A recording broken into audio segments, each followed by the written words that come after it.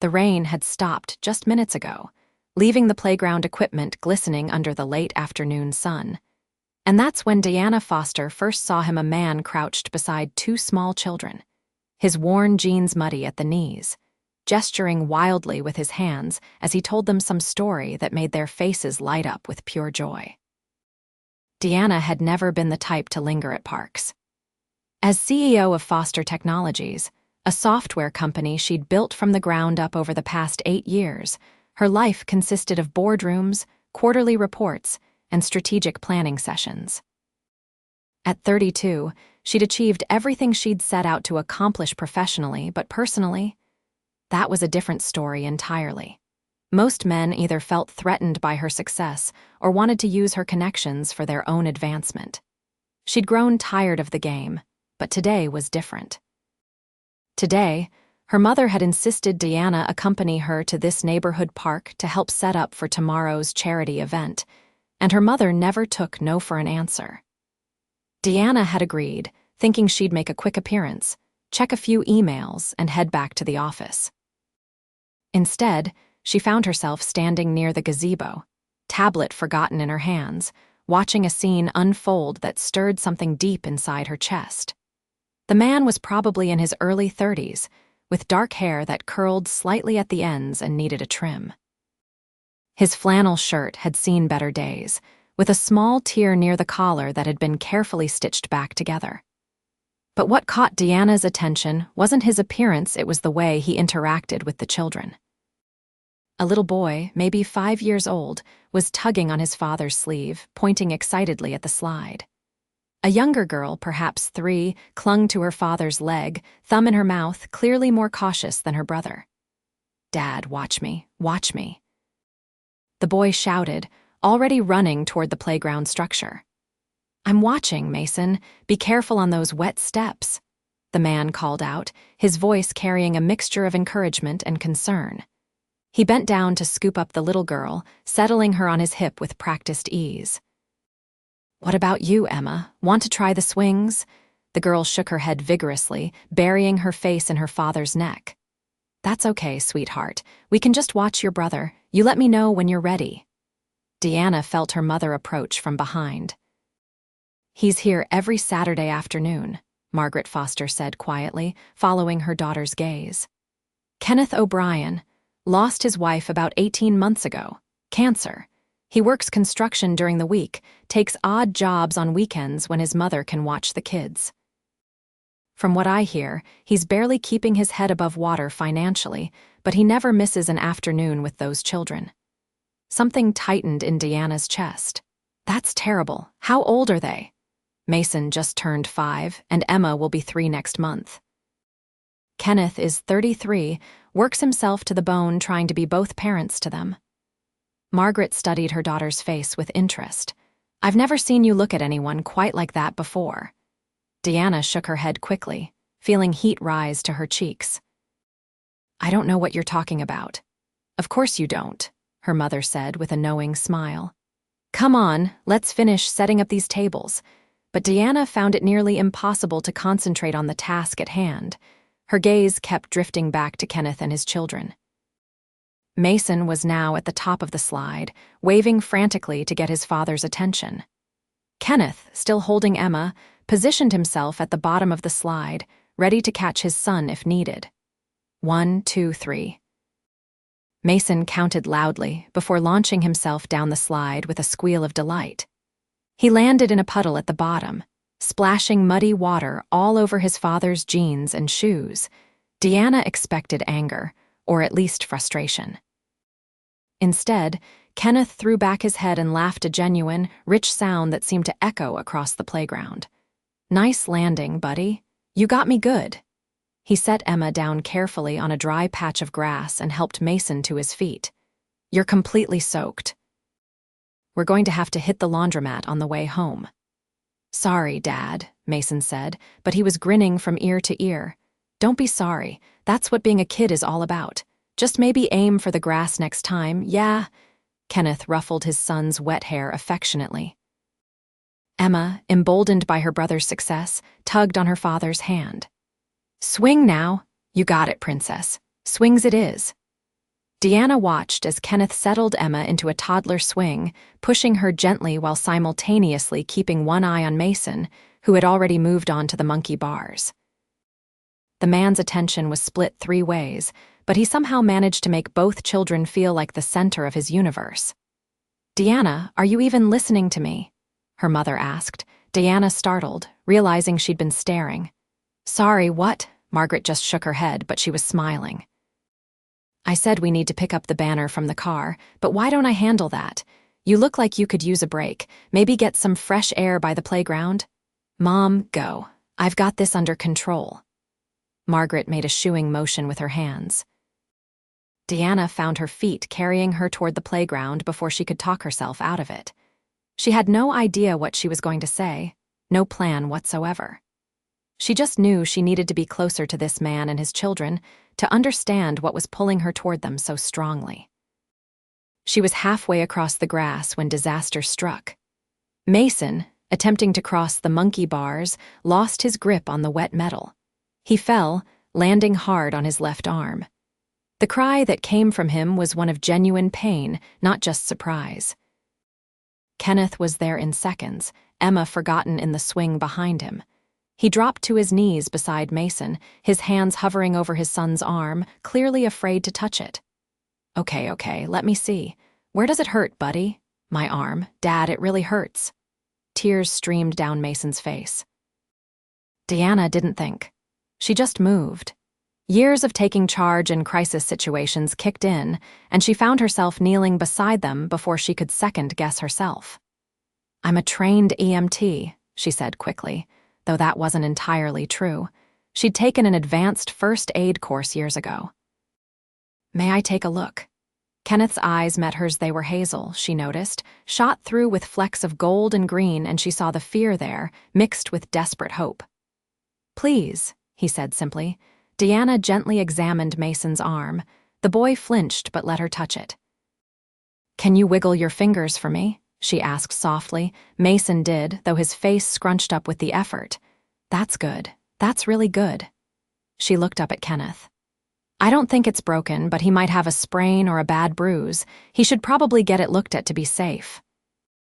"A doctor," Kenneth said, and Deanna heard the strain in his voice. He ran a hand through his hair, leaving it standing on end. Yeah, of course. He looked back at Emma, still in the swing, who had started to cry at all the commotion.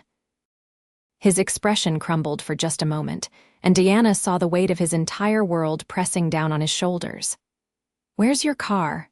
Deanna asked. We walked here. It's only 4 blocks and the truck's acting up again, so I'm trying not to drive it unless," he stopped, shaking his head. "I'll call my mom. She can drive us." "My car is right there." Deanna pointed to the parking lot where her black sedan waited. "Let me take you to urgent care. It'll be faster." "I can't ask you to. You're not asking. I'm offering."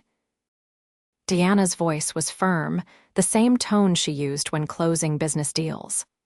"Your son needs medical attention, and every minute we stand here debating is another minute he's in pain." Kenneth looked at Mason, then at Emma, then back at Deanna. She could see him calculating, weighing his pride against his children's needs. The children won as they should. "Okay, thank you, I'm Kenneth, by the way. Deanna?" She was already helping Mason to his feet, supporting his good arm. "Let's get you all to my car." The next hour passed in a blur of activity. Deanna drove them to the nearest urgent care facility while Kenneth sat in the back, one child on each side of him, murmuring words of comfort. Emma had stopped crying, but kept her hand clutched tightly in her father's flannel shirt. Mason tried to be brave, but Deanna could see him fighting back tears every time they hit a bump in the road. At the urgent care center, Kenneth pulled out his wallet, and Deanna watched his face fall as he counted the bills inside. She knew that expression, the mental calculation of whether he had enough. What bills would have to wait? What sacrifices would need to be made? While Kenneth was busy filling out paperwork with Mason beside him, Deanna quietly approached the registration desk. "I'd like to take care of their bill," she said softly to the receptionist. The woman glanced over at Kenneth and the children, then back at Deanna. "Are you family?" I'm a friend helping out. Please don't tell him until after everything is done. He won't accept it if he knows beforehand." The receptionist hesitated, then nodded. "I'll need your information." Deanna provided her insurance details to put on file, knowing they'd bill her later. It wasn't about the money she spent more on business dinners in a month than this would likely cost. It was about making sure Mason got the care he needed, without his father having to choose between medical bills and rent. She returned to the waiting area to find Emma curled up in her father's lap, thumb back in her mouth, while Mason sat pressed against his other side, his injured arm cradled carefully against his chest. "They said it should be about 20 minutes, Kenneth told her. He looked exhausted. "You really don't have to stay. You've already done so much, and I'm sure you have better places to be on a Saturday afternoon." Deanna thought about her empty penthouse apartment, her laptop full of emails that could wait until Monday, the charity gala next weekend where she'd make small talk with people she didn't care about. "Actually, I don't," she said, surprising herself with the honesty. "Mind if I wait with you?" Something shifted in Kenneth's expression, surprise, maybe, or gratitude. "I'd like that." They sat in silence for a few moments, Emma dozing against her father's chest. Mason had found a toy truck in the play area and was rolling it back and forth on the arm of his chair with his good hand, making quiet engine noises. "I should probably explain," Kenneth said suddenly. "About the truck and walking to the park and," he gestured vaguely. "I'm not usually the kind of guy who needs to be rescued." "You weren't being rescued, your son was," Deanna said gently. "There's a difference. Still," he shifted Emma's weight slightly, "I want you to know I work hard. Construction pays decent when there's work, and I pick up weekend jobs doing home repairs, painting, whatever people need. It's just that medical bills from my wife's illness wiped out everything we had saved, and I'm still climbing out of that hole while trying to keep a roof over our heads and food on the table." He paused. "I don't know why I'm telling you all this. I barely know you." "Sometimes it's easier to talk to strangers," Deanna offered. She understood that better than he knew. How many times had she wished for someone she could talk to honestly, without judgment or ulterior motives? "Mason O'Brien," a nurse called from the doorway. Kenneth stood carefully, keeping Emma secure in his arms. Deanna found herself standing too. "Would you?" Kenneth hesitated. "Would you mind holding Emma? I should go back with Mason, and she'll be scared if she wakes up in a strange place without me." Deanna's heart did something complicated in her chest. "Of course." The transfer was awkward, but Emma barely stirred as she settled into Deanna's arms. The little girl was warm and solid, her breath evening out in sleep. Deanna couldn't remember the last time she'd held a child. Her friends from college were all either childless by choice or too busy with their careers to settle down. This felt foreign and wonderful and terrifying all at once. She sat back down, adjusting Emma's position so her head rested comfortably against Deanna's shoulder. The little girl smelled like baby shampoo and something sweet, maybe the remnants of an earlier snack. Her tiny hand had found its way to Deanna's necklace, fingers curled loosely around the silver pendant. Deanna looked down at Emma's peaceful face and felt something crack open inside her chest. All these years, she'd told herself that success was enough, that building her company and proving herself in a male-dominated industry was sufficient to fill her life. But sitting here with this sleeping child in her arms, she realized she'd been lying to herself. She wanted this. Not just the professional accolades and the corner office. She wanted someone to come home to, children's laughter filling up the empty spaces in her too-quiet apartment, someone who looked at her the way Kenneth looked at his kids, like she was the most important thing in his world. Time passed differently in waiting rooms. It could have been 10 minutes or 40 by the time Kenneth emerged with Mason, whose arm was now wrapped in a blue elastic bandage. "Sprained," Kenneth reported, looking relieved. "They said to ice it, give him children's pain medication, and rest it for a few days. Could have been much worse." "That's great news," Deanna said. She stood carefully, trying not to wake Emma. "Should we?" Emma's eyes fluttered open. For a moment, she looked confused, taking in Diana's unfamiliar face. Her lower lip trembled. "Hey, Princess," Kenneth said quickly, moving to take her. "It's okay. This is Deanna. She's a friend. She's been keeping you safe while I helped your brother." Emma studied Deanna with serious eyes, then reached out to touch her face with one small hand. "Pretty," she pronounced, then turned back to her father, satisfied. Kenneth's ears turned red. "Sorry," she says, whatever pops into her head. "I think it's sweet," Deanna said, meaning it. At the checkout desk, Kenneth pulled out his wallet again, and Diana held her breath. Would he be angry that she'd interfered? Would his pride be hurt? "It looks like everything's been taken care of," the receptionist said, not quite meeting Kenneth's eyes. "You're all set to go." Kenneth froze. "What? No, there must be some mistake. I haven't paid yet." "It's been handled, sir." He turned slowly to look at Deanna. She braced herself for anger, but instead his expression was unreadable. "Can you give us a minute?" He asked the receptionist, then walked out the automatic doors into the parking lot. Deanna followed, her stomach churning with anxiety. Outside, Kenneth set Emma down on a bench and took Mason's hand.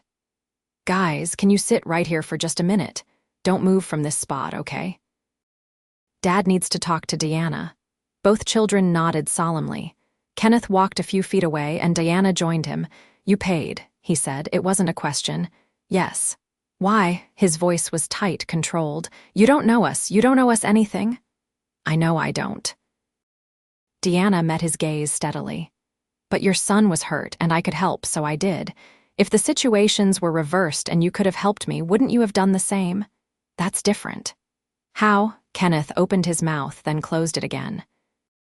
He rubbed his hand over his face, and when he looked at her again, his eyes were bright with unshed tears. "I don't know how to repay you." "I don't want you to repay me," Deanna said softly, "but if it makes you feel better, let me take all of you to dinner. Nothing fancy, just somewhere the kids would like. Pizza, maybe. You have to eat anyway, right?" She could see him wrestling with it, pride warring with practicality. Finally, he nodded. "Okay, dinner, but then we're even." "Deal," Deanna agreed, even though she knew they'd never be even because she wasn't keeping score. They ended up at a family pizza place 10 minutes from the urgent care center. It was loud and cheerful, with checkered tablecloths and crayons for the kids. Mason, already feeling better thanks to the pain medication they'd given him at the clinic, carefully colored a picture of a dinosaur one-handed while Emma scribbled enthusiastically all over her paper, creating what she announced was a beautiful princess. "She's very artistic," Deanna observed, keeping her face serious. Kenneth laughed. "She's very something." Watching him across the table, Deanna saw how the tension had finally left his shoulders. He looked younger when he smiled, the worry lines around his eyes smoothing out. He was handsome in a rugged, unpretentious way, nothing like the polished businessmen she usually encountered. His hands were calloused from work, and he had a small scar above his left eyebrow that she found herself wanting to ask about. "So what do you do?" Kenneth asked, helping Emma color inside the lines. "When you're not rescuing kids at playgrounds and paying medical bills for strangers." "I run a software company," Deanna said, deciding on honesty. "Foster Technologies. We develop business management systems." Kenneth's eyebrows rose. "Foster Technologies. You're that Deanna Foster? I helped renovate your downtown offices last year. Well, not me personally, but the company I work for did the job. Everyone said the CEO was some kind of genius who built the whole company from nothing." Deanna felt her cheeks warm. "I don't know about genius. I just saw a need in the market and figured out how to fill it. That's more than most people do." He studied her with new appreciation. "So what's a CEO doing at a neighborhood park on a Saturday afternoon? Shouldn't you be, I don't know, running the world or something?" "My mom roped me into helping set up for a charity event. She's very persistent." "Sounds like a good mom." "The best," Deanna agreed. "What about you? You said you work construction?" "Yeah, residential mostly, some commercial jobs." I was actually studying to be an architect before. He glanced at the kids, then back at Deanna. Before life had other plans. I dropped out of school when my wife got sick. She needed someone to take care of her, and then when Mason and Emma came along, we needed the income more than we needed a degree. You could always go back, Deanna suggested gently. Maybe someday. Right now, these two are my priority. His expression softened as he looked at his children. Everything else can wait. The pizza arrived, and Deanna watched in amusement as Emma insisted on picking off all the pepperoni and eating it first, leaving the cheesy bread for last. Mason, despite his injured arm, managed to fold his slice in half and devour it in what seemed like 3 bites. "Slow down, buddy," Kenneth cautioned. "You're going to make yourself sick." "But it's so good," Mason protested through a full mouth. "Chew first, talk later." It was such a normal family moment, and Deanna felt like an intruder and yet completely at home at the same time. She couldn't remember the last time she'd felt this relaxed, this present. Usually, her mind was racing ahead to the next meeting, the next problem to solve, the next goal to achieve. But here, watching Kenneth wipe sauce off Emma's face and tease Mason about his pizza-eating technique, she found herself content to simply be. "Tell me about your mom," Kenneth said, perhaps sensing Deanna needed to be drawn back into the conversation. "The persistent one, Margaret Foster. She's retired now, but she spent 30 years as a nurse. These days, she channels all that energy into volunteer work and trying to fix my personal life." "Not going well?" Kenneth asked with a sympathetic smile. "Let's just say my last date ended when he tried to pitch his startup idea over dessert. Before that, there was the guy who kept checking his investment portfolio on his phone throughout dinner. And my personal favorite, the one who asked if I could introduce him to my board of directors before we'd even ordered appetizers." Kenneth winced. Seriously? Seriously. It's hard to know if someone likes you or for what you can do for them." Deanna hadn't meant to be quite so honest, but something about Kenneth made her feel safe enough to let her guard down. "For what it's worth, I had no idea who you were when you helped us today. I just thought you were someone kind enough to stop when a kid got hurt." He met her eyes across the table. "That's the person I'm having dinner with right now." Deanna's heart did that complicated thing again. "Thank you for that." Emma, growing restless, climbed down from her booster seat and walked around the table to Deanna's side. She held up a purple crayon. "Color with me." Deanna glanced at Kenneth, who nodded encouragingly. "Sure, sweetheart. What are we coloring?" "A castle for the princess." Emma climbed into Deanna's lap without asking permission, settling in like she belonged there. She handed Deanna a pink crayon. "You do the towers." For the next 15 minutes, Deanna colored towers while Emma added flowers and Mason contributed a dragon that he assured them was friendly and just wanted to visit the princess for tea. Kenneth watched them with an expression Deanna couldn't quite read, surprise, maybe, mixed with something warmer. The dinner stretched into an hour, then longer. Deanna found herself ordering another round of soft drinks and a dessert to share, not wanting the evening to end.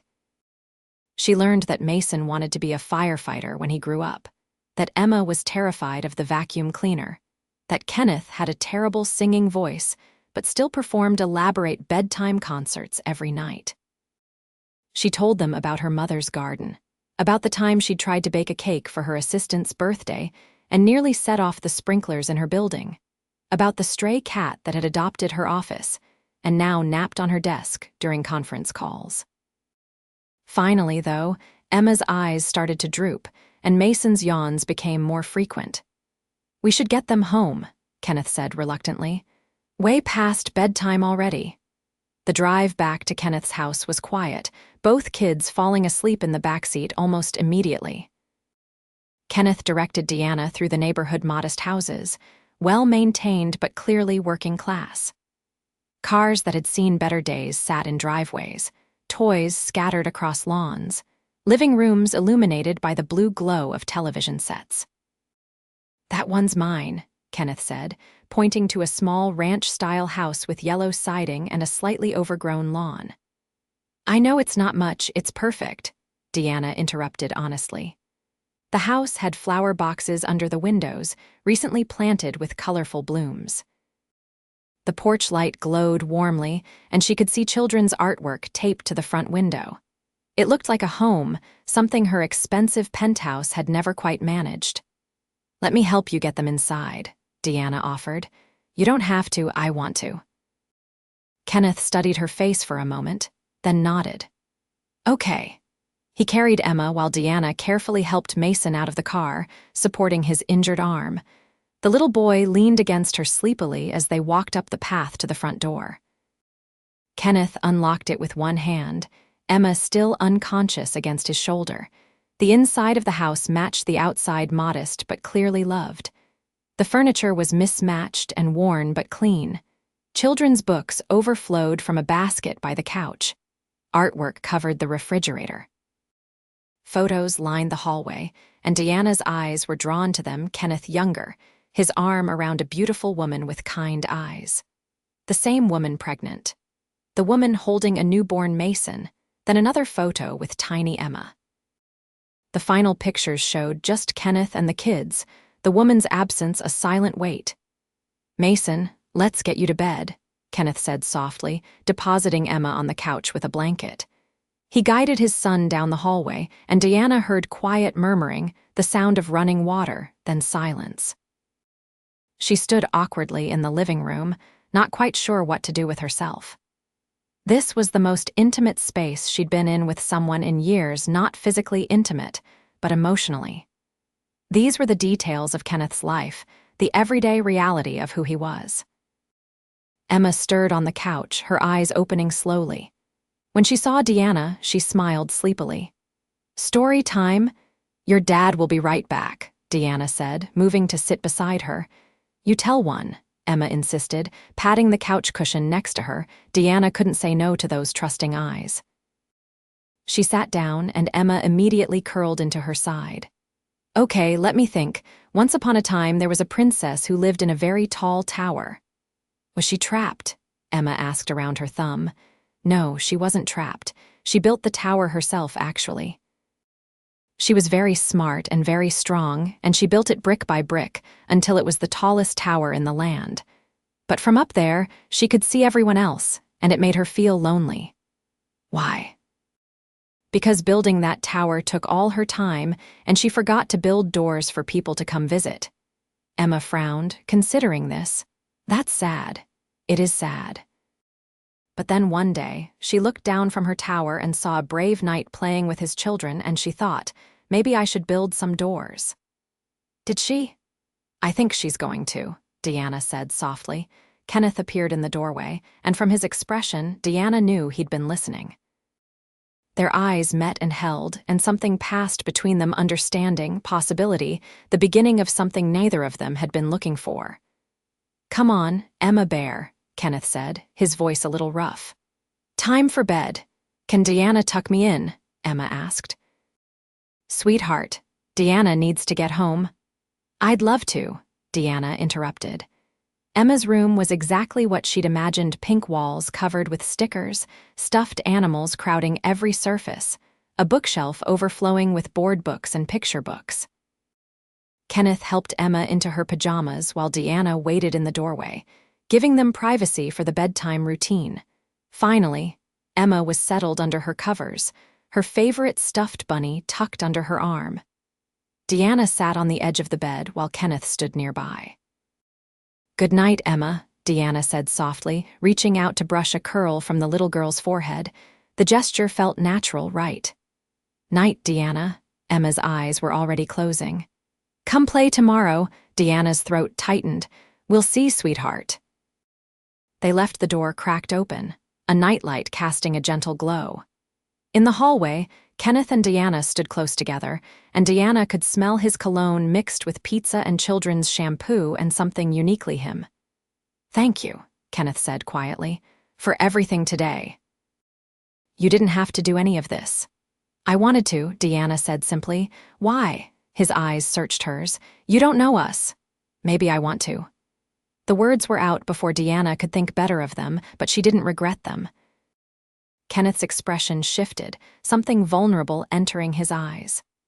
Deanna, I haven't, he struggled for words. It's been 18 months since my wife died, and I haven't even looked at another woman. Not because I'm not ready, but because nobody has made me want to look. Until today.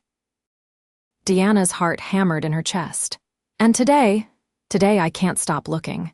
He lifted his hand, hesitated, then gently touched her cheek. But I come with a lot of baggage. 2 kids who need stability, financial struggles, a house that always needs repairs, and a job that means I come home exhausted most nights. I can't offer you fancy dinners or exotic vacations or any of the things you're probably used to. Kenneth, Deanna said, covering his hand with hers. I have enough money to last several lifetimes.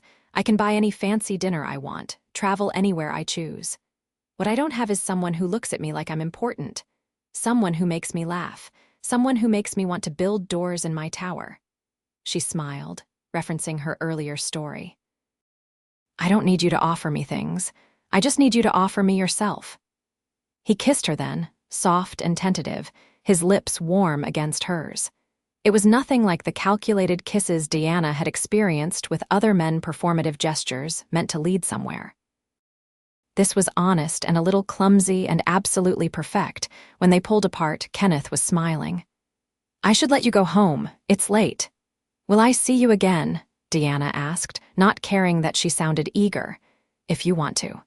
The kids and I usually go to the library on Sunday afternoons.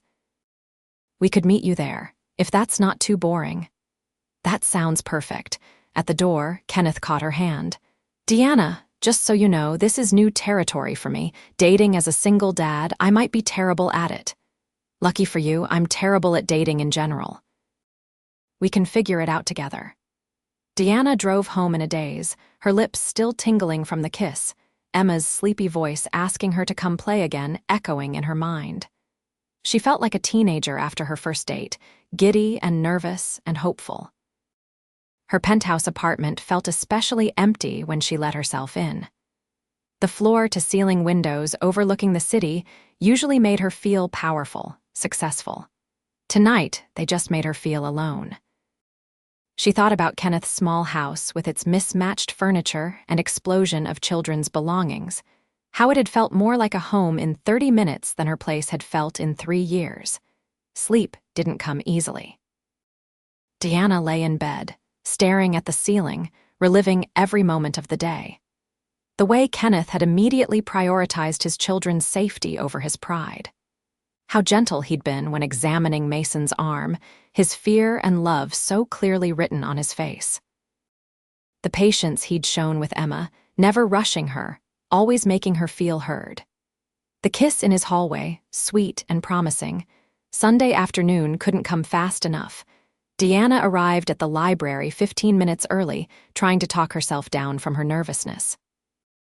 She'd changed clothes 3 times, finally settling on jeans and a soft sweater casual, but still put together.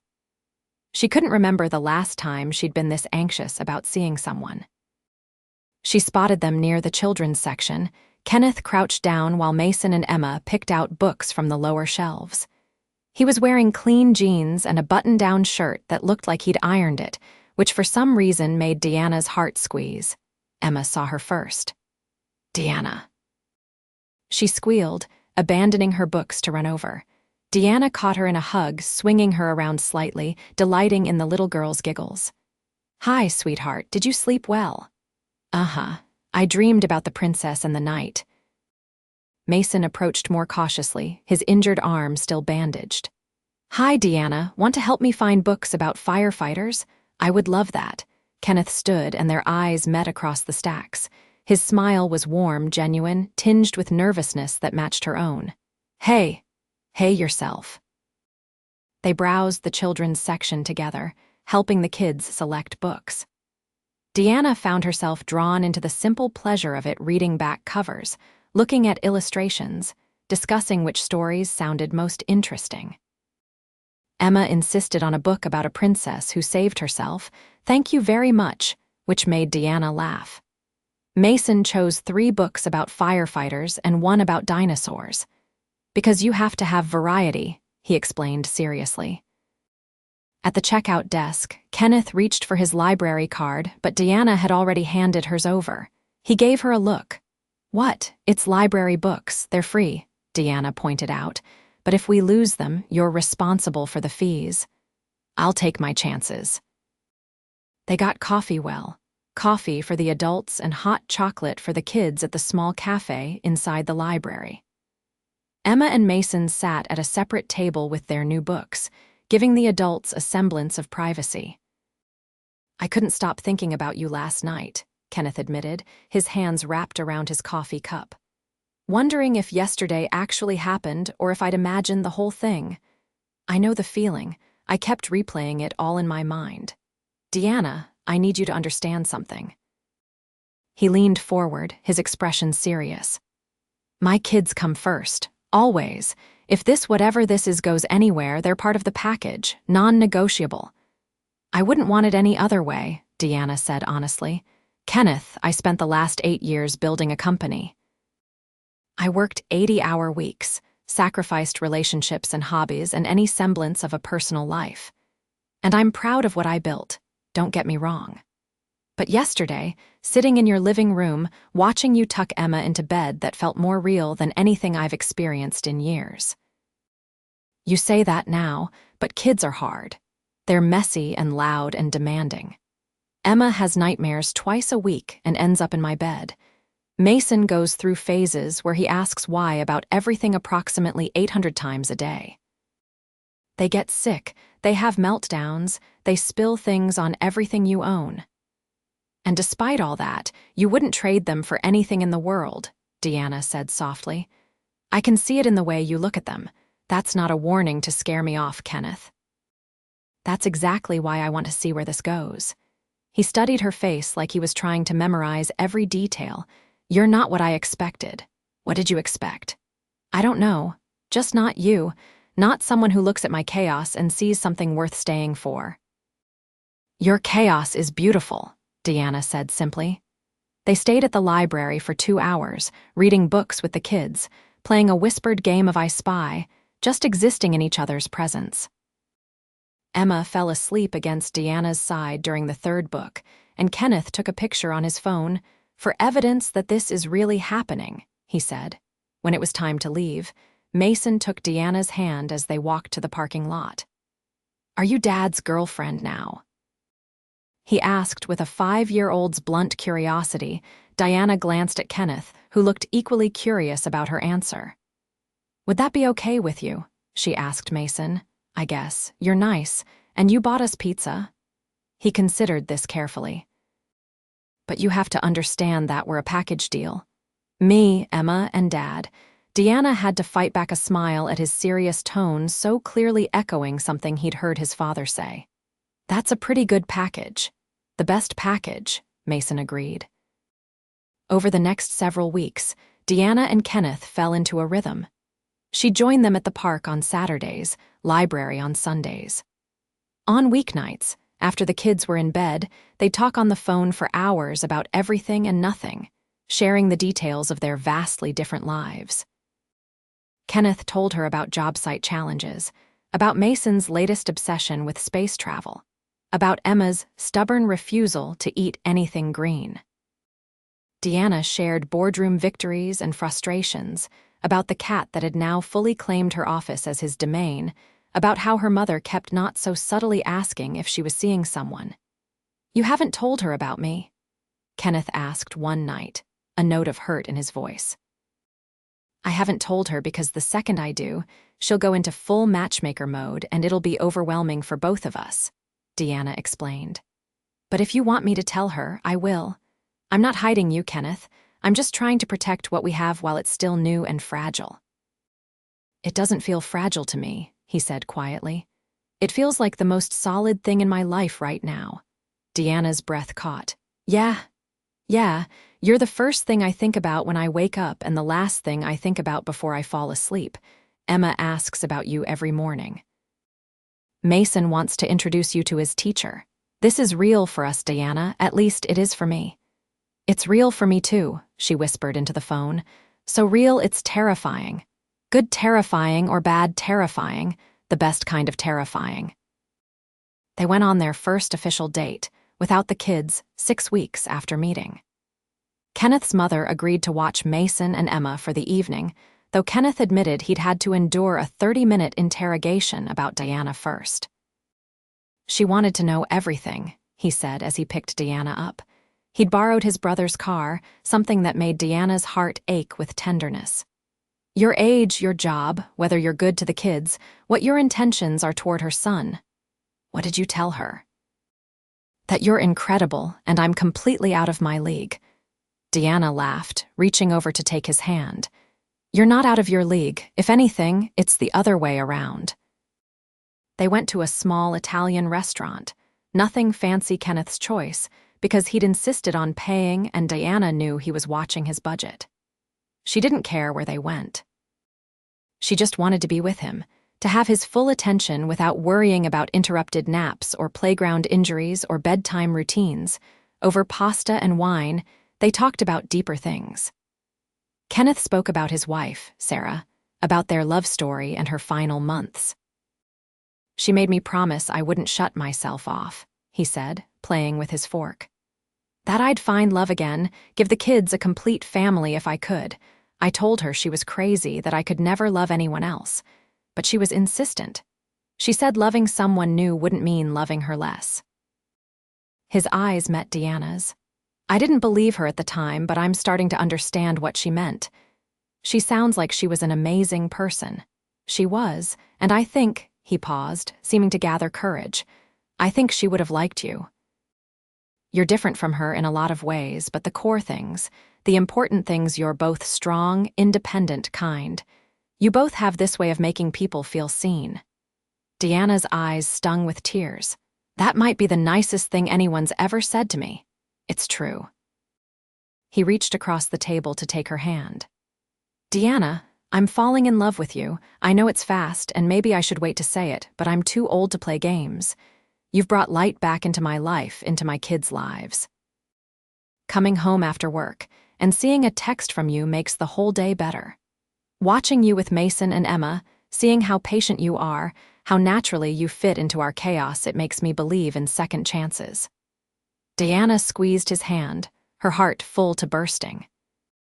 I'm falling in love with you too. Both of you, all three of you, actually. I never thought I wanted this, a ready-made family. I had my career path all figured out, and it didn't include kids or minivans or library trips. But then I met you, and suddenly none of that matters. I'd give up everything else if it meant I got to keep this. Don't give up everything, Kenneth said seriously. Your company is important. What you've built matters. I just want to be part of your life, not replace all of it. You're not replacing anything. You're filling in the empty spaces I didn't know existed. They kissed in the restaurant parking lot, deeper and more passionate than their first tentative kiss. Diana felt like she was falling and flying at the same time, dizzy with emotion. Come back to my place, Kenneth said against her lips. The kids are staying with my mom overnight. We'd have the house to ourselves. Diana nodded, not trusting her voice. Kenneth's house felt different at night without the children's chaos. Quieter, more intimate.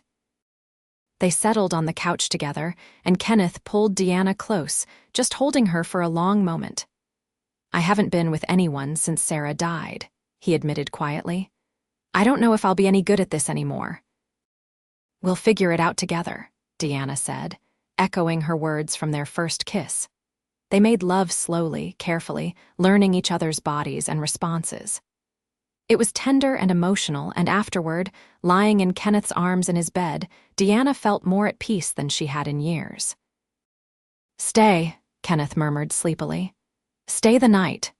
Diana stayed. She woke up to sunlight streaming through the curtains and Kenneth's arm draped over her waist. For a moment, she just lay there, savoring the warmth of his body against hers, the sound of his steady breathing, the absolute rightness of this moment. Her phone buzzed on the nightstand. A text from her assistant. Emergency. Server crash. Need you at the office ASAP. Deanna's first instinct was to jump up, throw on clothes, and rush to fix the problem. That's what she'd always done, put the company first, everything else second. But lying here in Kenneth's bed, she hesitated. "What's wrong?" Kenneth asked, waking up. "Work emergency, I should go handle it." "Should you? Or do you have people who can handle it for you?" Deanna considered this. She did have an excellent IT team and a VP of operations who was more than capable. "I have people." "Then text them and tell them to handle it. Stay with me a little longer." Deanna texted her assistant that the VP of operations should handle the situation and to only call if absolutely necessary. Then she set the phone aside and turned back to Kenneth. "I don't think I've ever done that before," she admitted. "Delegated an emergency. How does it feel?" "Terrifying and liberating at the same time." Kenneth pulled her closer. "You don't have to carry everything alone anymore. That's what being with someone means, sharing the weight." They spent the morning in bed, talking and laughing and making love again. When Kenneth's phone alarm reminded him to pick up the kids, they finally got dressed, moving around each other with an ease that felt practiced, familiar, like they'd been doing this for years instead of hours. "Come with me to get them," Kenneth asked. "My mom will want to meet you anyway." Deanna agreed, nervous but ready. Meeting the family was a big step, but it felt natural given how quickly things were progressing. Kenneth's mother lived in a small bungalow across town. She answered the door with Emma on her hip and a knowing smile on her face. "So you're Deanna," she said, looking Deanna up and down with sharp eyes. "I'm Patricia O'Brien. Come in, come in." Mason came running from the back room. "Dad, Deanna, Grammy made pancakes. Can Deanna have some?" "I already ate, but thank you," Deanna said, smiling at his enthusiasm. Patricia set Emma down, and the little girl immediately ran to Deanna, arms up. Deanna scooped her up without thinking, settling the child on her hip just like she'd seen Kenneth do 100 times. "She doesn't warm up to people that easily," Patricia observed, still studying Deanna. "You must be something special." "She's pretty special herself," Deanna said, booping Emma's nose and making her giggle, over coffee because Patricia insisted Deanna endured a gentle interrogation. What were her intentions toward Kenneth? Did she understand what she was signing up for? Was she prepared for the reality of being a stepmother if things got that serious? "Mom," Kenneth groaned, "you're going to scare her off." "If she scares off that easily, better to know now," Patricia said practically, but her eyes were kind when she looked at Deanna. "I'm not trying to be difficult. I just love my son and my grandchildren.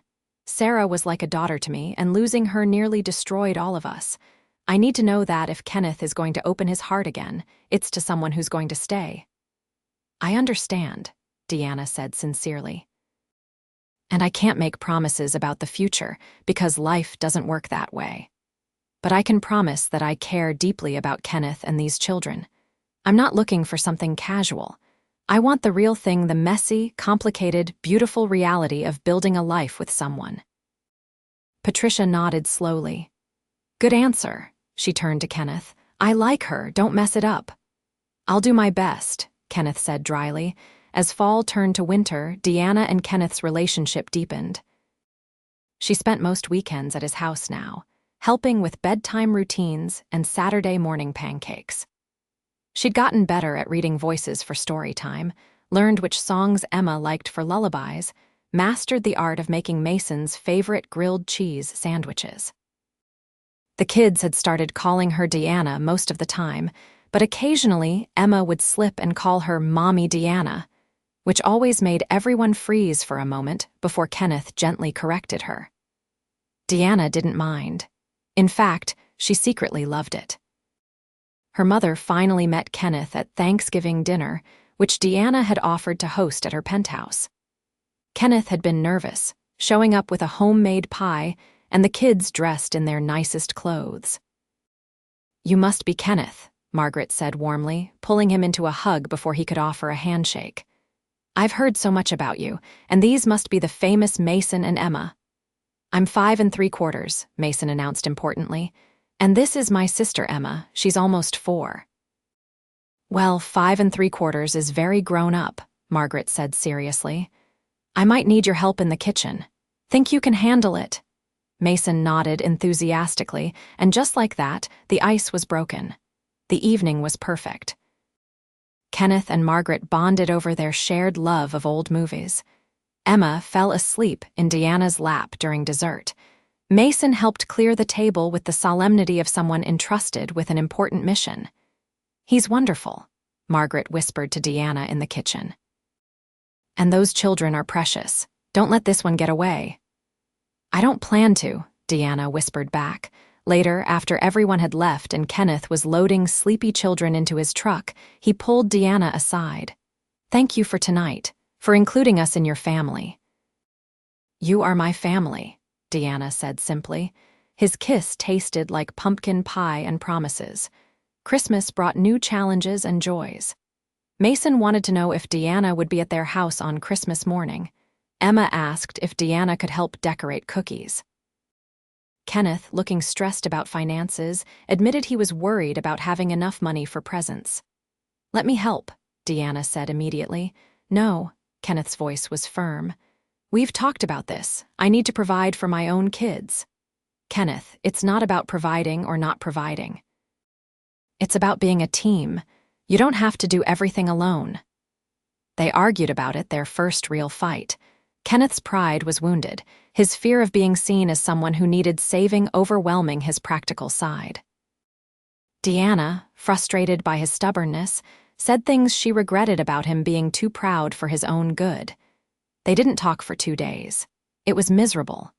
Deanna threw herself into work but couldn't concentrate. She missed the kids' bedtime calls, missed Kenneth's voice, missed being part of their daily routine. Finally, Kenneth showed up at her office on the 3rd day. He looked tired, holding a cup of coffee from her favorite cafe. "I'm sorry," he said without preamble. "You were right. I've been so focused on proving I can handle everything that I forgot the whole point is that I don't have to handle it alone anymore." Deanna came around her desk and wrapped her arms around him. "I'm sorry too. I should have been more sensitive about your feelings." "Your pride isn't a bad thing, Kenneth. It's part of what makes you such a good father." "Can we compromise?" he asked. "Let me buy the kids' main presents, but if you want to get them something too, as their—" he paused, seeming uncertain how to label their relationship. "As their Deanna," she supplied, making him smile. "As their Deanna, then that would be okay." They spent Christmas Eve at Kenneth's house, decorating cookies and watching holiday movies. Deanna had bought matching pajamas for everyone, which Emma declared were the most beautiful thing ever. Mason was more interested in the toy fire truck she'd gotten him, already making siren noises and racing it across the floor. After the kids were asleep, Deanna and Kenneth sat on the couch, the Christmas tree lights twinkling softly. "I have something for you," Kenneth said nervously. He pulled out a small, wrapped box. Deanna's heart hammered as she opened it. Inside was a simple silver bracelet with 3 charms a heart and 2 smaller hearts connected to it. "The big heart is you," Kenneth explained.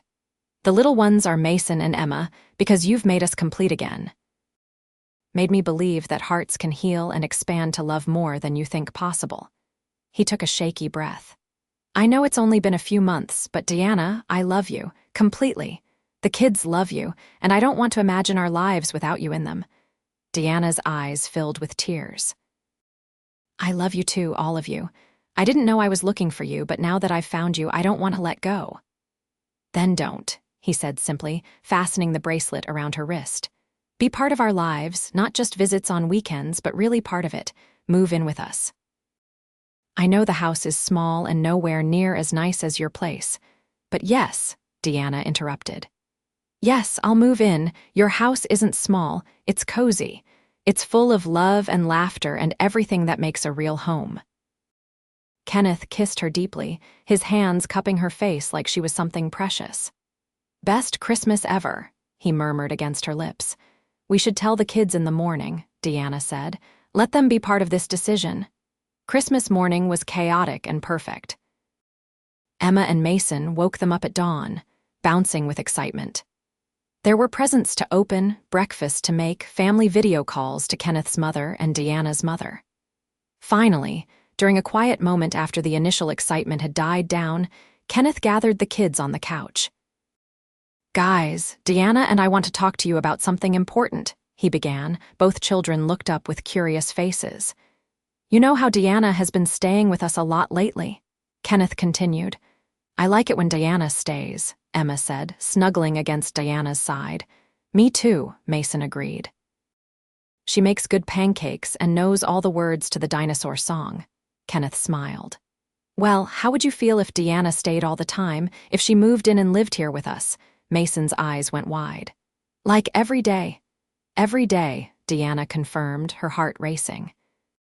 "Would you be here for breakfast and dinner and bedtime?" Mason asked. "Yes, and you'd live here forever, if that's okay with you guys." Mason looked at Emma, then back at Deanna and Kenneth. "Is Deanna going to be our new mom?" The question hung in the air. Kenneth started to speak, but Deanna touched his arm gently. "Mason, Emma, I could never replace your mom. She was special and unique, and she loved you more than anything in the world. But if you'd let me, I'd like to love you too. Not instead of her, but alongside her memory. And maybe, someday, if it feels right, you could call me Mom. But only when you're ready." Emma, who'd been quietly processing, looked up at Deanna with her thumb in her mouth. She pulled it out long enough to say, "Mommy Deanna stays forever." Deanna's vision blurred with tears. "If you'll have me, yes. Forever." "Yes," Mason shouted, launching himself at Deanna and Kenneth in a tackle hug. Emma joined in, and suddenly they were all piled together on the couch, laughing and crying at the same time. Over the next few weeks, Deanna slowly moved her belongings into Kenneth's house. She sold her penthouse, which caused raised eyebrows among her business associates, but felt completely right to her. The money from the sale went into a trust for Mason and Emma's college education and helped Kenneth pay off the remaining medical debt from Sarah's illness. At first, Kenneth protested the medical debt payment. "Deanna, that's too much. It's my responsibility." "It was your responsibility when you were alone," Deanna said firmly. "But you're not alone anymore. Let me do this. Let me help clear the slate so we can start fresh." He'd agreed, though she knew it cost him to accept such a significant gift. Living together full-time was an adjustment. Deanna learned that Kenneth was grumpy before his morning coffee, that Mason went through phases of being a picky eater, that Emma had nightmares about monsters under her bed at least twice a week. Kenneth learned that Deanna needed quiet time to decompress after work, that she was terrible at remembering to check the mail, that she sang off-key in the shower, but absolutely loved doing it. They learned to navigate the complicated logistics of her demanding career and his unpredictable work schedule. Deanna started working from home 2 days a week, setting up an office in the spare bedroom. Kenneth turned down some of the weekend side jobs, accepting that Deanna's income meant he didn't have to work himself to exhaustion. "I'm still contributing," he insisted one night after turning down a Saturday painting job. "I'm working full-time, helping with the kids, maintaining the house." "You're contributing plenty," Deanna assured him. "You don't have to prove anything to me." But she understood his need to feel useful, to maintain his sense of self. So when he suggested they renovate the kitchen together, him doing the construction work, her funding the materials, she agreed immediately. It became their project, working on it during evenings and weekends, making decisions together about cabinets and countertops. "This is fun," Deanna said one Saturday, covered in paint and laughing at Kenneth's attempt to teach her proper roller technique.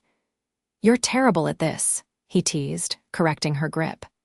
"How did you run a multi-million-dollar company but can't paint a straight line?" "Different skill sets," she said loftily, deliberately painting a wavy line just to make him laugh. Mason and Emma helped, mostly by making a mess and asking questions, but their involvement meant everything. This wasn't just Kenneth's house anymore, it was becoming their home. Together. Spring brought new milestones. Emma turned 4 with a princess party that Deanna and Kenneth planned together. Mason finished kindergarten with honors, proud to have both his dad and Deanna at the ceremony. Kenneth's mother started inviting Deanna to family events without checking with Kenneth first, a sign of full acceptance into the O'Brien family. Deanna's mother babysat the kids so Kenneth and Deanna could have date nights, treating Mason and Emma like the grandchildren she'd never thought she'd have. Work presented challenges. Deanna's board of directors grew concerned about her reduced hours and questioned whether her personal life was affecting her judgment. She had to have tough conversations about work-life balance and what truly mattered in the long run. "The company will survive whether I'm there 80 hours a week or 50, she told her CFO during a tense meeting. "But my family, they need me present, not just physically there but actually present. I'm not willing to sacrifice that anymore." Some board members respected her position. Others grumbled, but couldn't argue with the company's continued success. Deanna learned to set boundaries, to delegate more effectively, to trust her team. Kenneth supported her through the difficult transitions, listening when she vented about boardroom politics, reminding her why she'd made the choice to prioritize balance. "You're still a brilliant CEO," he told her after a particularly frustrating day. "You're just also a brilliant partner and parent figure now. Those things aren't mutually exclusive. Some people think they are. Then those people are wrong." One evening in late May, Kenneth came home from work looking serious. He pulled Deanna aside after dinner, his expression unreadable. "I need to talk to you about something." Deanna's stomach dropped. Those words were never good. "Okay. I've been thinking a lot lately about us, about our family." He took both her hands. "You moved in, you've been incredible with the kids, you've supported me through everything. You've given up your fancy apartment, adjusted your whole life to fit into ours. Kenneth, I didn't give anything up. I chose you. That's different." "I know, but still, you've been all in from the start, and he paused, taking a deep breath. "I want to make it official. I want everyone to know you're not just living here, you're part of this family permanently." Diana's heart started pounding. Was he saying what she thought he was saying? Kenneth dropped to one knee right there in their small living room, pulling a ring box from his pocket. "Deanna Foster, you crashed into our lives and turned everything upside down in the best possible way. You've loved my children like they're your own. You've loved me when I was being stubborn and prideful. You've loved all of us through the messy reality of building a life together. Will you marry me? Will you officially become Mason and Emma's mom, my wife, my partner in everything?" Deanna was crying too hard to speak for a moment. Finally, she managed, "Yes. Yes, of course, yes." Kenneth slipped the ring on her finger, a simple band with 3 small diamonds that probably cost more than he wanted to admit. It was perfect. They kissed while Mason and Emma, who'd apparently been listening from around the corner, came running and shouting, "Deanna's going to be our real mom. Deanna's going to be our real mom." The wedding planning was hectic but joyful. They decided on a small ceremony in the park where they'd first met, with only close family and friends. Mason would be the ring bearer, Emma the flower girl. Deanna's mother cried when Deanna told her, then immediately started making plans. "A park wedding? How lovely. We'll need to rent a tent in case of rain, and flowers, of course, and—" "Mom," Deanna interrupted gently. "Small wedding, simple, nothing fancy." Margaret paused, then smiled. "Right. Small and simple. Got it." Kenneth's family welcomed Deanna completely. His brother gave him advice about marriage during the bachelor party.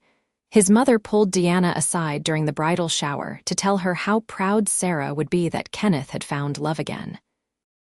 "She wanted this for him," Patricia said, squeezing Deanna's hand. "She wanted him to have a partner, someone to share the load, and she wanted the kids to have a mother. You're the answer to her prayers." Deanna had to excuse herself to cry in the bathroom after that. The night before the wedding, Deanna stayed at her mother's house tradition. Margaret insisted. Lying in her childhood bedroom, Deanna reflected on the past year. If someone had told her 12 months ago that she'd be marrying a construction worker with 2 young children, giving up her penthouse to live in a small ranch house in the suburbs, cutting back her work hours to attend dance recitals and parent-teacher conferences, she would have laughed at the absurdity. But now, she couldn't imagine any other life. The wedding day dawned bright and clear. Deanna wore a simple white dress, nothing like the elaborate gown she'd once imagined for herself. Kenneth wore a suit that his brother had helped him pick out. Mason and Emma looked adorable in their miniature formal wear, Emma twirling to make her dress spin out, Mason practicing carrying the ring pillow with utmost seriousness. They stood under a flowering tree in the park, the same playground visible in the background where Mason had fallen and started this whole journey. Kenneth's eyes were red when Deanna walked down the aisle on her mother's arm. Deanna was already crying before she even reached him. The ceremony was short and sweet. They'd written their own vows. Kenneth went first, his voice thick with emotion. Deanna, before I met you, I was surviving, working, taking care of the kids, going through the motions. You taught me how to live again. You brought joy back into our house, laughter into our days. You've loved my children so completely that they don't remember what life was like before you. You've loved me despite all my flaws and stubbornness. I promise to be your partner in all things, to support your dreams while building new dreams together, to love you more every day for the rest of our lives. Deanna had to pause to collect herself before starting her vows. Kenneth, you showed me what real strength looks like. Not the corporate ladder climbing I'd been doing, but the quiet strength of showing up every day for the people you love. You taught me that being vulnerable isn't weakness, that asking for help doesn't make you less capable, that the most important success isn't measured in quarterly profits, but in bedtime stories and Saturday morning pancakes. I promise to love you, Mason and Emma, with everything I have.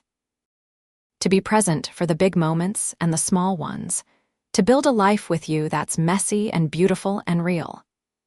When the officiant pronounced them married, Kenneth dipped Deanna backward in a kiss that made everyone cheer. Mason and Emma ran up to join them, and the four of them hugged together, a family officially sealed. The reception was casual barbecue food, a simple cake, music playing from speakers someone had set up. Deanna danced with Kenneth with Mason, with her new father-in-law. Emma insisted on being twirled until she got dizzy.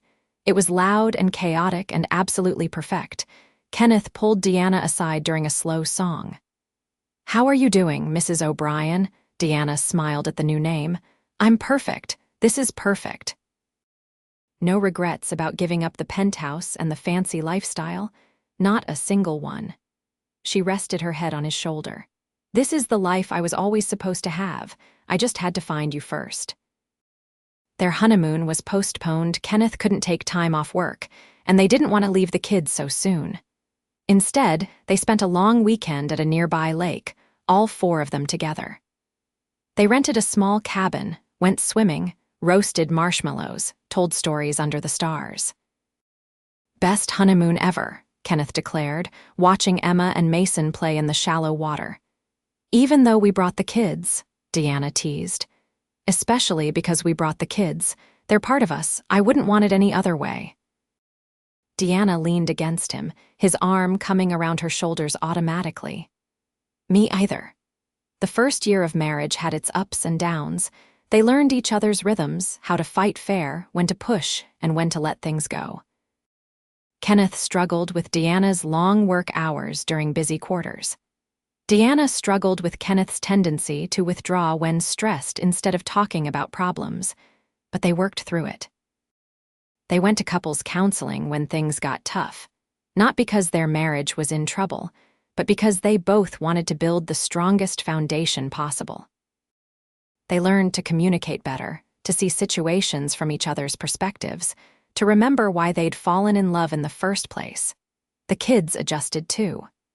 Emma started calling Deanna Mom full-time, no longer needing the distinction of Mommy Deanna. Mason had moments where he'd compare Deanna to Sarah, usually favorably, which broke Deanna's heart for different reasons. Mom, can you help me with my homework? Became a regular request. Mom, watch this, preceded every achievement. Love you, Mom, accompanied every bedtime.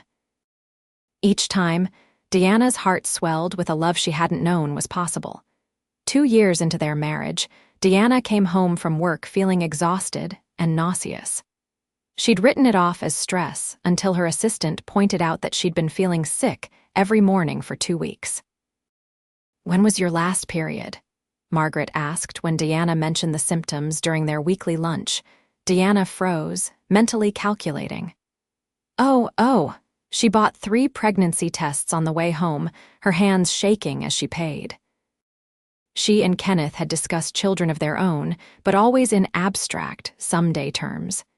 Mason was 7 now, Emma almost 6. They'd settled into their rhythm as a family of 4. All 3 tests were positive. Deanna sat on the bathroom floor, staring at the pink lines, trying to process the flood of emotions. Joy, fear, excitement, anxiety. How would Kenneth react? Would the kids feel displaced? Was she ready for a baby when she'd only started figuring out how to be a mom to older children? She was still sitting there when Kenneth got home from work. "Deanna, you okay in there?" His voice was concerned. She opened the door, holding out the pregnancy tests wordlessly. Kenneth's eyes went wide.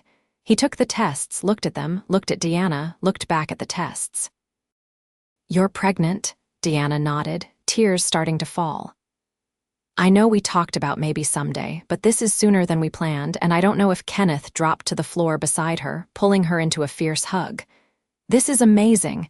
We're having a baby. Deanna, we're having a baby." "You're happy?" Deanna asked, pulling back to see his face. "Are you kidding? I'm thrilled." He cupped her face gently. "I loved watching you become a mother to Mason and Emma, getting to see you go through pregnancy, being there from the very start. That's an incredible gift. What about the kids? Will they be okay with this?" "They'll be excited, trust me." Kenneth was right. When they told Mason and Emma at dinner that night, making it a family announcement, both kids reacted with pure joy. "A baby," Emma squealed. "A real baby. Can we name it Princess?" "If it's a girl, we'll consider Princess as a middle name option," Kenneth said diplomatically, winking at Deanna. "I'm going to teach the baby everything I know," Mason declared seriously. "Like how to ride a bike and what to do if you see a fire and why dinosaurs are awesome." "The baby is lucky to have you as a big brother," Deanna said, reaching over to ruffle his hair. The pregnancy was challenging. Deanna had horrible morning sickness which, despite its name, lasted all day and couldn't handle certain smells. She had to cut back even more on work hours, which frustrated her even as she knew it was necessary. Kenneth picked up extra slack at home, getting the kids ready for school on mornings when Deanna couldn't get out of bed, cooking dinners when certain foods made her nauseous. "I feel useless," Deanna complained one evening, lying on the couch while Kenneth made dinner and supervised homework.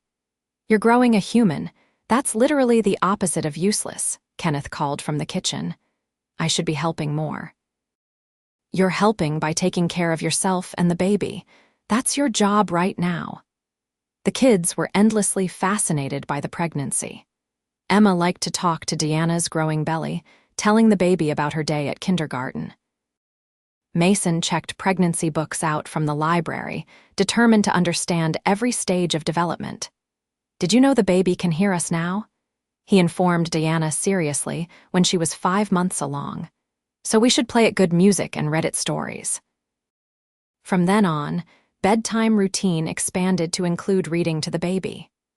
All 4 of them would pile on the bed, and whoever's turn it was to pick the story would read aloud, addressing part of it to Deanna's stomach. It was ridiculous and perfect. Deanna's water broke 3 weeks early, during a board meeting. One moment she was presenting quarterly projections, the next she was standing in a puddle, gripping the conference table.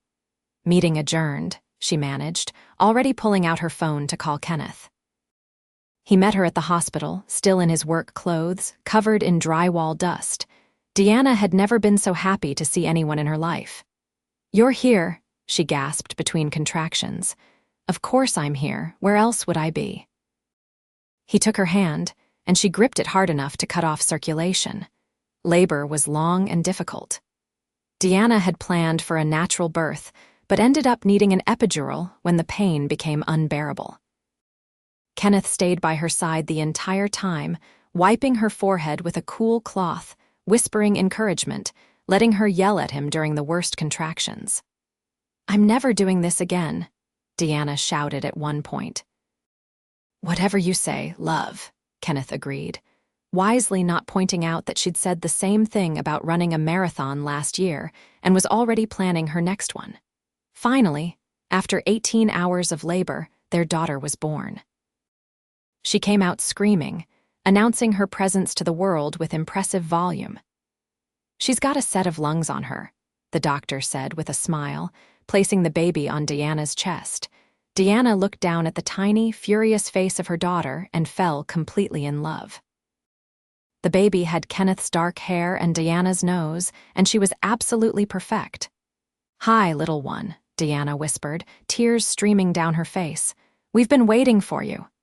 Kenneth was crying too, his hand gentle on the baby's head. "She's beautiful. You're both beautiful." They named her Rose Catherine for Kenneth's mother's middle name, Rose for Sarah, whose favorite flower had been roses. It felt right to honor both grandmothers. Mason and Emma met their baby sister the next day. Patricia brought them to the hospital, both kids on their best behavior, awed by the tiny bundle in Deanna's arms. "She's so small," Mason whispered. "You were that small once," Deanna told him. "Can I hold her?" Emma asked. They let Emma sit in the chair with Kenneth supporting her arms, then carefully placed Catherine in her arms. Emma's face lit up with pure wonder. "Hi, Katie," she said softly. "I'm your big sister. I'm going to take care of you forever." Mason got his turn next, equally careful and gentle. "Welcome to the family, Katie. It's pretty great. You're going to like it here." Deanna caught Kenneth's eye over their children's heads, and the look they shared said everything. This was it. This was what life was supposed to be, messy and exhausting, and filled with so much love it was almost overwhelming. The first few months with a newborn were brutal. Deanna had forgotten how demanding babies could be, or maybe she'd never known, having skipped the infant stage with Mason and Emma. Catherine didn't sleep more than 2 hours at a stretch, had a terrible bout of colic at 6 weeks, and seemed to need constant holding. "How did you do this twice?" Deanna asked Kenneth one night at 3 in the morning, rocking a screaming Catherine while trying not to cry herself. "Honestly, I don't remember it being this hard. Either Sarah and I blocked out the worst parts, or I'm older now and have less energy." He took the baby from Deanna's arms. "Go sleep. I've got her. You have work in 3 hours, and you have a board meeting at 9. We'll both be zombies, but at least we'll be zombies together." They tag-teamed parenting, dividing nighttime wake-ups, trading off who got to nap on weekends. Mason and Emma helped too, entertaining their baby sister when she was fussy, fetching diapers and burp cloths, proud of their important roles. Slowly, things got easier. Catherine started sleeping longer stretches. Her colic eased. She began smiling, then laughing a gorgeous baby laugh that made every sleepless night worth it. "She smiled at me," Emma would report excitedly. "Katie smiled right at me." "She grabbed my finger," Mason would announce. "She's got a really strong grip. She's going to be tough when she grows up." Deanna went back to work part-time when Catherine was 3 months old, bringing the baby to the office some days, working from home others. Her board had been surprisingly supportive, or maybe they just realized that Deanna was going to do things her way regardless of their opinions. Kenneth had transitioned to working fewer hours too, having finally accepted a foreman position that paid better and had more regular hours than general construction work. He still did occasional side jobs, but mostly ones he could work on during weekends with Deanna's help. "We're really doing this," Deanna said one Saturday afternoon. They were in the backyard, Kenneth grilling burgers while Deanna nursed Catherine in a lawn chair. Mason and Emma played on the swing set Kenneth had built last summer, their laughter carrying on the warm breeze. "Doing what?" Kenneth asked, flipping burgers. "This, family life, work-life balance, all of it. We're making it work. Did you doubt we would?" "Sometimes. When I'm up at 2 in the morning with a screaming baby, or stuck in a board meeting when I want to be home, or trying to figure out how to be there for all 3 kids plus run a company plus be a good wife, yeah. Sometimes I doubt. Kenneth came over and kissed the top of her head. You're doing amazing. They're all lucky to have you. I'm the lucky one. Deanna looked up at him, this man who'd crashed into her life, or maybe she'd crashed into his. It didn't matter anymore who had found whom. What mattered was they'd found each other, had chosen each other, had built this beautiful, chaotic life together. Catherine started teething at 5 months, which brought a whole new level of sleeplessness. Emma started 1st grade and had separation anxiety that required careful patience. Mason joined the soccer team and needed to be driven to practices and games. Kenneth's mother had a health scare that required Deanna and Kenneth to help her more around her house. Work had a major crisis when their biggest client threatened to leave. Life was messy and overwhelming and exhausting. And it was perfect. One evening, about 8 months after Catherine was born, Deanna found herself sitting on the back porch after all the kids were finally asleep. Kenneth joined her, handing her a glass of wine. Tough day, he asked, settling into the chair beside her. Long day, but good. She took a sip of wine, savoring the quiet moment. I was thinking about the day we met. If someone had told me then that in 2 years I'd be married to you, stepmom to your kids, and have a baby of our own, I would have thought they were crazy. Good crazy or bad crazy? The best crazy. She reached over to take his hand. I spent so much of my life thinking success looked one-way corner office, impressive title, financial security. And I achieved all that, but I was lonely. Empty. Then I saw you at the park with Mason and Emma, and something just clicked. Like my heart knew before my brain caught up that you were it for me. Kenneth squeezed her hand. I knew you were special that first day, the way you jumped in to help Mason without hesitation, how you treated Emma when she was scared. You didn't see my situation and run the other direction. You saw a family and wanted to be part of it. Best decision I ever made. Even when Catherine is screaming at 2 a.m., especially then. Because I get to look over and see you walking the floor with her, singing that terrible lullaby you made up, being the most amazing father. I get to wake up and have breakfast chaos with 3 kids fighting over the last waffle. I get to come home from work to noise and mess and pure, unconditional love. I have everything I never knew I wanted. They sat in comfortable silence for a while, the evening air cooling around them. Inside, they could hear Catherine making small noises through the baby monitor, settling back into sleep. Do you ever miss your old life? Kenneth asked quietly. The freedom, the simplicity? Never, Deanna said firmly. That wasn't life, Kenneth. It was existing. This, she gestured to the house, to him, to everything they'd built together. This is living. Kenneth pulled her close, and she rested her head on his shoulder, feeling the steady beat of his heart against her cheek. Tomorrow would bring new challenges. Mason had a field trip that needed parent volunteers. Emma had dance class. Catherine had a pediatrician appointment. Deanna had a crucial presentation. Kenneth had a big project deadline. Their life was a constant juggling act of schedules and responsibilities. But tonight, in this moment, everything was perfect. The kids were sleeping peacefully, the bills were paid, the house was standing, her career was thriving, their marriage was strong. Deanna thought back to that rainy Saturday afternoon at the park, watching a struggling dad play with his kids, something inside her recognizing that he was the one. She'd been right. Kenneth O'Brien with his worn flannel shirts and his fierce love for his children, his pride and his vulnerability, his strength and his gentleness had been exactly what she'd needed, and she'd been exactly what he and his children had needed too. Sometimes the best love stories weren't about princes and princesses or dramatic gestures. Sometimes they were about 2 people finding each other in the most ordinary of circumstances, choosing each other despite complications, building something real and lasting together. As Catherine's soft breathing came through the baby monitor and Kenneth's arms tightened around her, Deanna smiled.